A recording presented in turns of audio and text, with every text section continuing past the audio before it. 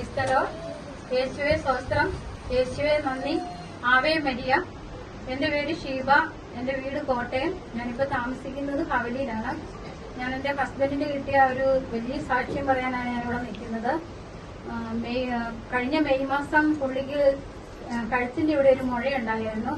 അത് പിന്നെ ബയോപ്സിക്ക് ആദ്യം അയച്ചിട്ട് ഒരുപാട് നാളായി കഴിഞ്ഞ 1 മാസം കഴിഞ്ഞ് കഴിഞ്ഞാണ് അതിന്റെ റിസൾട്ട് വന്നത്.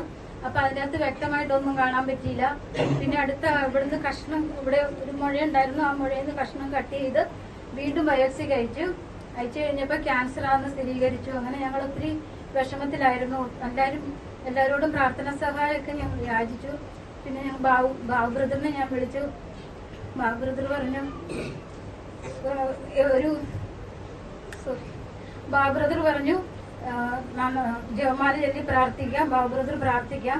പിന്നെ ഒരു സുഹൃത്ത് ജപം എന്ന കണക്ക് എപ്പോഴും പറഞ്ഞുകൊണ്ടിരിക്കണം, യേശു കർത്താവാണ്, അമ്മേ പരിശുദ്ധ അമ്മേ കൃപാസന പ്രസാദ മാതാവേ, എന്നെ എന്റെ കുടുംബത്തെയും അമ്മയുടെ പ്രത്യക്ഷീകരണത്തിന്റെ ഒരു സാക്ഷിയാക്കി മാറ്റണേ എന്ന് പറഞ്ഞു. ഞാൻ എപ്പോഴും അത് ഉരുവിട്ടുകൊണ്ടിരുന്നു. അത് കഴിഞ്ഞ് പിന്നെ ഞങ്ങള് RCCയിലേക്ക് പോയി. അവിടെ ചെന്ന് കഴിഞ്ഞ് റിസൾട്ട് വന്നപ്പം എവിടെയാ ഇതിന്റെ ഉത്ഭവം എന്ന് അറിയത്തില്ലായിരുന്നു. പിന്നെ ഒന്നുകൂടി ഒരു സ്കാനിങ് കൂടെ ചെയ്യാൻ പറഞ്ഞു. ബയോപ്സിക്ക് അയച്ചു കഴിഞ്ഞപ്പം അതിന്റെ ഉത്ഭവം മൂക്കിലാന്ന് പറഞ്ഞു. അത് കഴിഞ്ഞ് പിന്നെ ഡോക്ടർ പറഞ്ഞു, ഇത് 15 കീമോയും 30 റേഡിയേഷനും ചെയ്യണം, 4th സ്റ്റേജാന്ന് പറഞ്ഞു.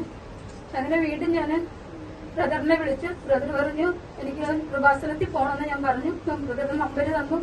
ഞാൻ അവിടെ ചെന്ന് വിളിച്ചപ്പോഴത്തേക്കും പറഞ്ഞു ഹസ്ബൻഡിന്റെ ഫോട്ടോയും റിപ്പോർട്ടുമായിട്ട് വരാൻ പറഞ്ഞു.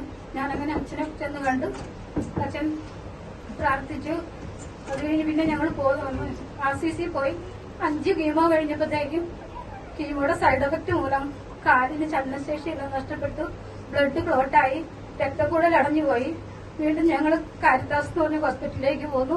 അവിടെ ചെന്ന് കഴിഞ്ഞപ്പോഴത്തേക്കും ഡോക്ടർ പറഞ്ഞു ആൻജിയോഗ്രാം ചെയ്യണം. ആൻജിയോഗ്രാം ചെയ്ത് കഴിഞ്ഞാൽ അതിന്റെ ബാക്കി കാര്യങ്ങൾ അറിയാൻ പറ്റുള്ളൂ എന്ന് പറഞ്ഞു. അല്ലെങ്കിൽ ആൻജിയോഗ്രാം ചെയ്തു. അതിനുശേഷം പറഞ്ഞു ഈ ഇടത് കാലിൽ നിന്ന് വലത് കാലിലേക്ക് ഒരു മെഡിസിൻ ചെയ്യണം. അതിന് ഒരു ഡോസിന് 20,000 രൂപയാണ്. അങ്ങനെ 2 ഡോസ് ചെയ്യേണ്ടി വരും. അപ്പോഴും ഡോക്ടർ ഗ്യാരണ്ടി പറയുന്നില്ല. ഇതൊരു ഡമ്മിക്കാലായിട്ടായിരിക്കുന്നത്. കാലിനൊന്നും ചലനശേഷിയില്ല. അതുകൊണ്ട് ഒന്നെങ്കിൽ കാല് മുറിച്ച് കളയേണ്ടി വരും, അല്ലെങ്കിൽ ഇത് ചെയ്തു കഴിഞ്ഞാൽ ഒരു സൈഡ് എഫക്ട് പോലെ വരും. ഒന്നെങ്കിൽ ബ്രെയിനിനായിരിക്കും അത് ബാധിക്കുന്നത്, അല്ലെങ്കിൽ ഹാർട്ടിന് വായിക്കും. നിങ്ങൾക്ക് ഇഷ്ടമുണ്ടെങ്കിൽ മാത്രം നിങ്ങൾ സൈൻ ചെയ്തു തരാൻ പറഞ്ഞു. അങ്ങനെ ഞങ്ങള് കാല് നഷ്ടപ്പെട്ട ഒരു മുറിച്ച് കളയുന്നൊരു ഇത് ഓർത്ത് കഴിഞ്ഞപ്പോഴത്തേക്കും ദൈവമെല്ലാം കൂടെ ഉണ്ട്, മാതാവുണ്ടെന്നുള്ള ഒരു ധൈര്യത്തില് ഞങ്ങൾ സൈൻ ചെയ്ത് കൊടുത്തു. 6 മാസക്കാലം മരുന്ന് കഴിക്കണമെന്ന് പറഞ്ഞു. അങ്ങനെ 6 മാസത്തോളം മരുന്ന് കഴിച്ച് അത് കഴിഞ്ഞ് റേഡിയേഷനായിട്ട് അപ്പം RCCന്ന് വിളിക്കുന്നുണ്ട്, കീമോ ചെയ്യാതെ പറ്റത്തില്ല, ഡേഞ്ചർ ആകും, അതുകൊണ്ട് കീമോയ്ക്ക് എത്രയും പെട്ടെന്ന് വരണമെന്ന് പറഞ്ഞു. ഞങ്ങൾ 9 ദിവസം കാരിത്താസിൽ കിടന്നു വെച്ച് വീണ്ടും ഞങ്ങൾ കീമോ ചെയ്യാനായിട്ട് RCC ചെന്നു. കീമോയും റേഡിയേഷനും കൂടെ ഒന്നിച്ച് പോകുമായിരുന്നു. 15ഓളം റേഡിയേഷൻ ആയപ്പോഴത്തേക്കും പുള്ളി ആകെ വീക്കായി, ശരീരമെല്ലാം ശോഷിച്ചു പോയി. 25 കിലോയോളം കുറഞ്ഞുപോയി. ഭക്ഷണം കഴിക്കുന്നില്ല, ഒരു തരി വെള്ളം പോലും കഴിക്കാത്ത ഒരവസ്ഥയായി. നാക്കിലെയും കഴുത്തിലെയും എല്ലാം തൊലി പോയി, ഒന്നും ഇറക്കാത്ത ഒരവസ്ഥയിൽ വന്നു. ആകെ ബുദ്ധിമുട്ടായിരുന്നു. വായിൽ ഇങ്ങനെ എപ്പോഴും വെള്ളം വലിച്ചുകൊണ്ടിരിക്കുന്ന ആംഗ്യ ഭാഷയിലായിരുന്നു സംസാരിച്ചുകൊണ്ടിരുന്നത്. എന്നാലും ഞാൻ പ്രാർത്ഥിച്ചുകൊണ്ട് തന്നെ ഇരുന്ന ജപമാല, ഒത്തിരി ജപമാലയും എല്ലാം ചെല്ലുന്നുണ്ടായിരുന്നു. പിന്നീട് റേഡിയേഷൻ എല്ലാം കഴിഞ്ഞ് ഞങ്ങൾ വീട്ടിലേക്ക് വന്നു, ഡിസ്ചാർജായി വന്നു. അപ്പോഴും കാലിന്റെ ചെറുതായിട്ടൊരു നടക്കാനൊക്കെ തുടങ്ങുന്നുള്ളൂ. ഭക്ഷണം കഴിക്കാൻ അന്നൊന്നും തുടങ്ങിയില്ല. ഞാൻ 5 മാസത്തോളം ഞാൻ നാട്ടിലായിരുന്നു.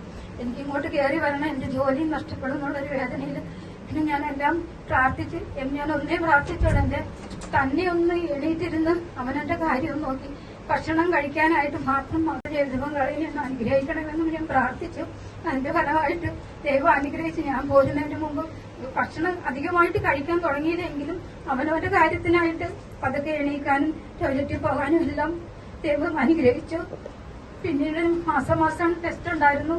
കഴിഞ്ഞ 3 മാസം കഴിഞ്ഞിട്ട് വീണ്ടും ആദ്യം 1 മാസം കഴിഞ്ഞ് ചെല്ലാൻ പറഞ്ഞു.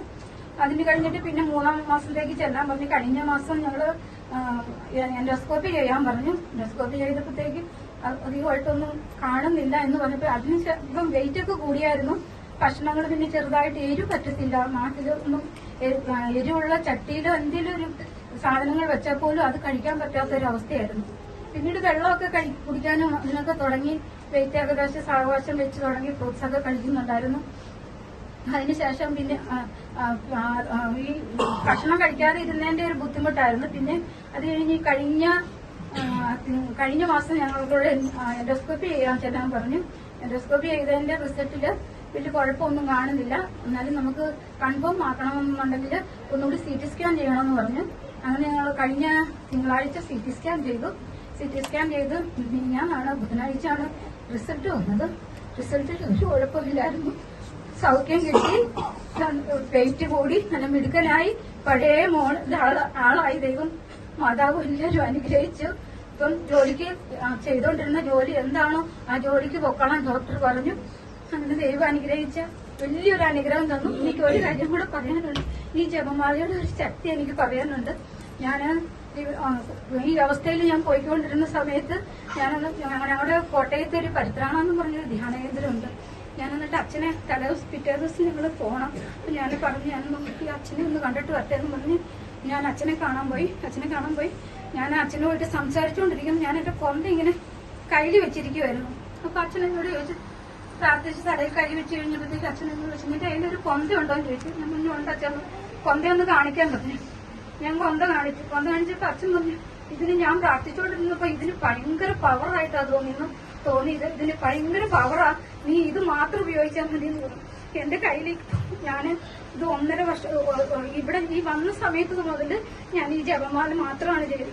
ഇത് മാറ്റിയിട്ടില്ല. ഞാൻ എപ്പോഴും എന്റെ കയ്യിൽ കിട്ടുമ്പോൾ ഈ ജപമാലയ്ക്ക് ഈ കളറായിരുന്നു, ഈ ബ്ലൂ കളറായിരുന്നു.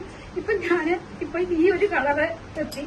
അത്രോണം ഈ ജപമാലയുടെ ശക്തി. ഞാൻ ഈ ജപമാല കെട്ടി എല്ലാവരും ദൈവം അനുഗ്രഹിക്കട്ടെ എന്ന് ഞാൻ പ്രാർത്ഥിക്കുകയാണ്. യേശുവേ നന്ദി. അമ്മയും മാതാവേ 1000 നന്ദി. എനിക്ക് വേണ്ടി പ്രാർത്ഥിച്ച എല്ലാവർക്കും 1000 നന്ദി.